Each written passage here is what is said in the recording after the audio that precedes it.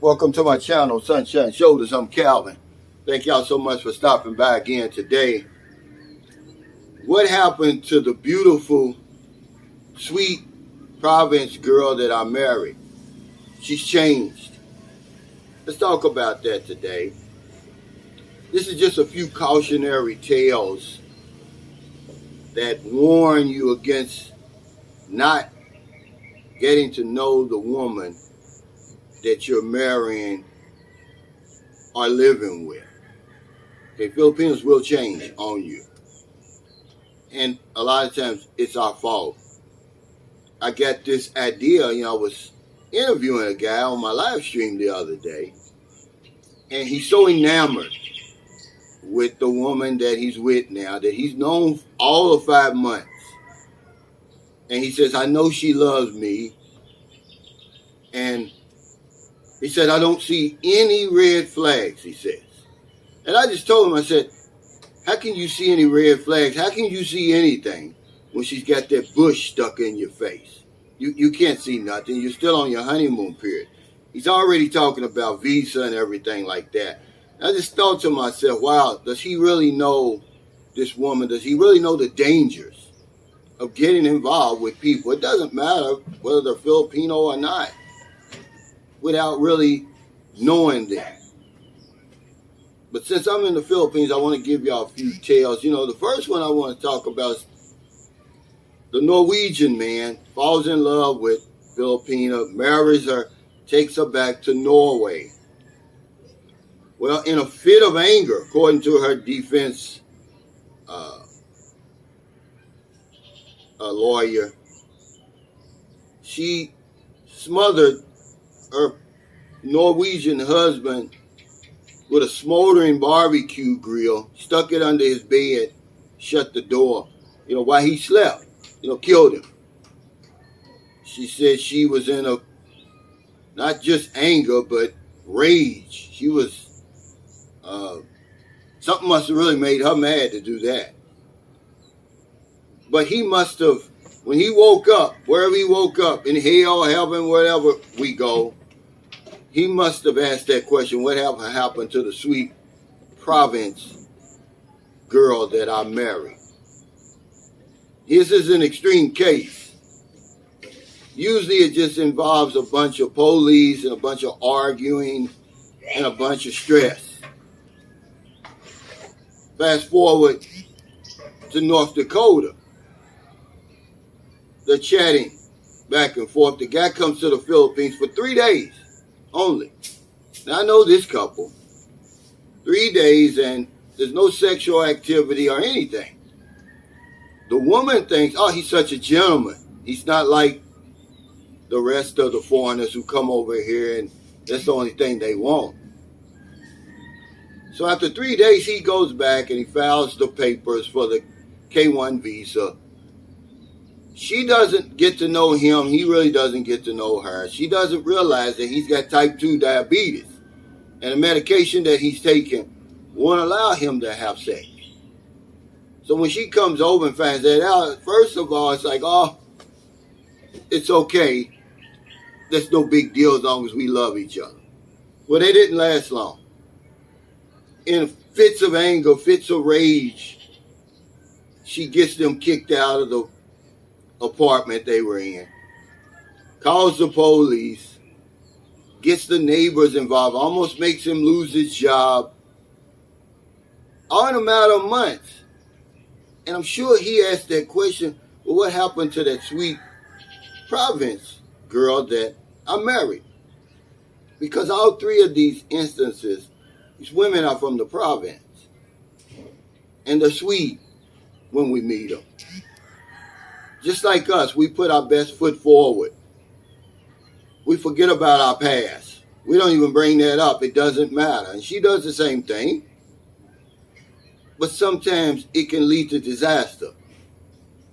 Ladies and gentlemen, it's mostly the men. I'm not blaming anybody. Because it's us. We're jumping the gun. Whether it's desperation, loneliness, whatever it is, pussy whip, whatever it is, we end up pulling that trigger too fast. without really knowing the person we're marrying and certainly giving the visa to, because we will bring our problems home with us. You got to give this time. I'm preaching today because this next case is a recent case.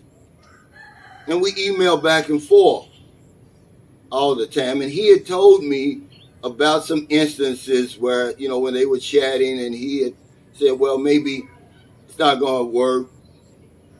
And the woman tried to cut her wrist or whatever. And I just told him after he was telling me his story, I said, well, when people show you who they are, believe them. But she's another sweet girl from the province. But whatever it was, overrode common sense. Lust, love, whatever it was. And he ended up bringing her home. Well, she just came to the United States in January, ladies and gentlemen. And already the police is involved. Already a bunch of screaming at the top of her lungs and fighting and having him get suspended from his job and everything like that.